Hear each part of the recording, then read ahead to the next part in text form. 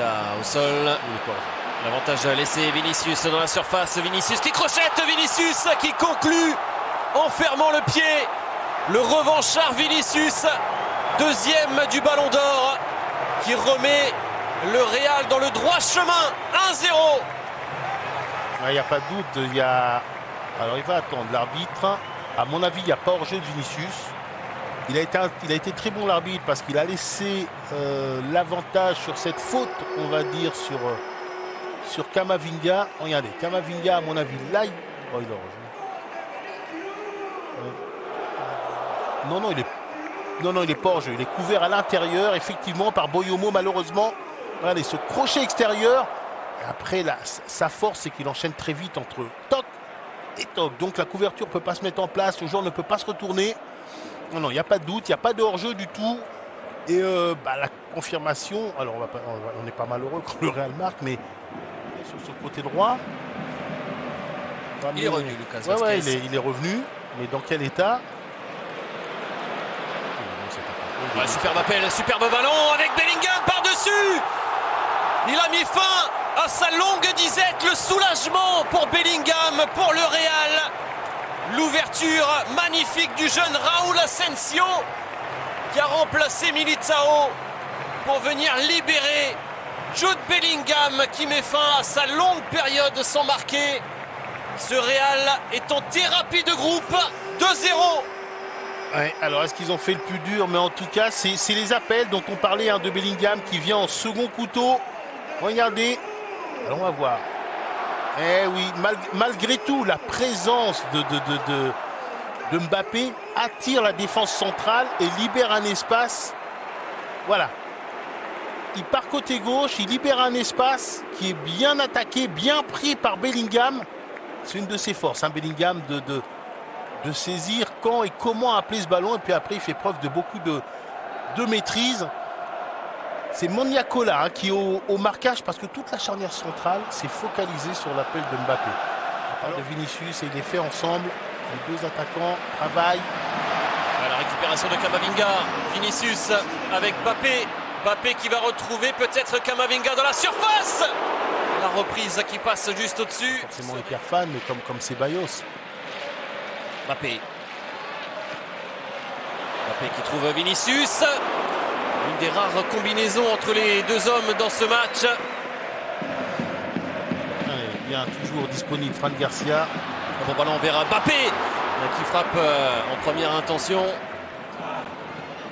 La sortie de Lunin. Il n'aura pas eu grand chose à faire dans le match. Et la relance rapide vers Vinicius. Peut-être une passe décisive pour Lunin. Vinicius jusqu'au bout. Le contre du Real. Le doublé pour Vinicius. Quel ballon et quelle récompense pour Andrei Lunin. Quelle passe décisive de Lunin. Ouais, on le sentait. Je pense qu'on est proche du triplé pour, on le dit, celui qui est le leader de cette équipe, qui change le cours du match. Voilà, c'est Vinicius de par ses prises de balle, sa vitesse, sa disponibilité. Alors il peut être quelquefois énervant, mais regardez, là il est au départ de cette action, il sprint. Il sprint pour aller faire des différences. Ouh là là, oui.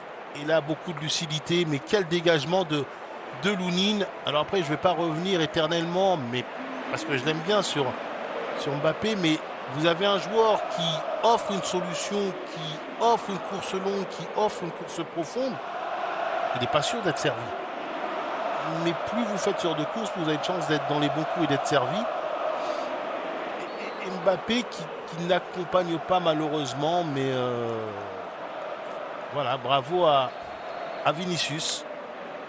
Qui a marqué en étant aveugle, vous avez vu, il a tourné la tête au moment de pousser ce ballon au fond. Ça a été compliqué pour lui. Kamavinga qui a attendu le bon moment pour servir Mbappé. Mbappé qui va passer pour Vinicius, et qui était en bout de course. Il a presque joué trop facile. On a toujours envie de marquer, et ce, quel que soit le match. C'est hors-jeu pour Brahim Diaz qui a levé la tête. Il a vu l'appel de Mbappé. Ça revient sur Valverde qui était là aux avant-postes et la frappe ensuite de Fran Garcia. Et je crois qu'il y aura, plus on va aller sur la fin du match, plus il y aura d'occasions. Oh, le pressing pour Brahim Diaz, pour Vinicius le triplé. La résilience du Real avec Vinicius qui célèbre comme Jude Bellingham, ou presque, le triplé comme face à Dortmund. 4-0 pour ce Real Madrid qui tient peut-être son match référence après avoir perdu des cadres en première période. Ouais, mais on sentait que c'était quand même la journée porte ouverte. Hein. Du côté de Sassuolo, défensivement, ils sont d'une fébrilité. Alors, il n'est pas le seul, hein, Mbeumo, à avoir commis des erreurs, mais là, c'est pratiquement, il n'a pas la bonne orientation au niveau du corps. Il donne pratiquement le. Regardez, il contrôle vers son but sans savoir alors qu'il doit rester en protection de ce ballon. Et Brahim Diaz qui fait preuve d'un vrai sens collectif. Alors je pense pas qu'il puisse marquer.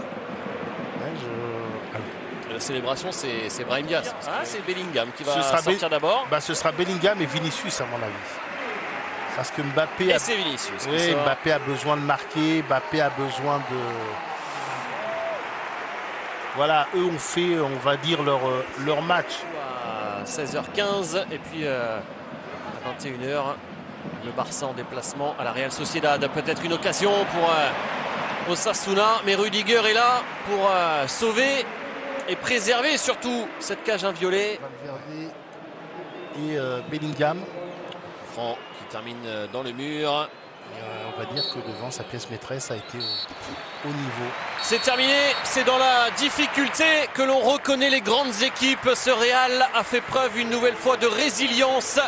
Après les pertes sur blessure de Rodrigo, de Lucas Vazquez et surtout d'Eder Militao, dont la saison semble terminée, ce Real a répondu malgré la crise naissante avec un triplé de Vinicius et le premier but de la saison pour Jude Bellingham. Succès 4-0.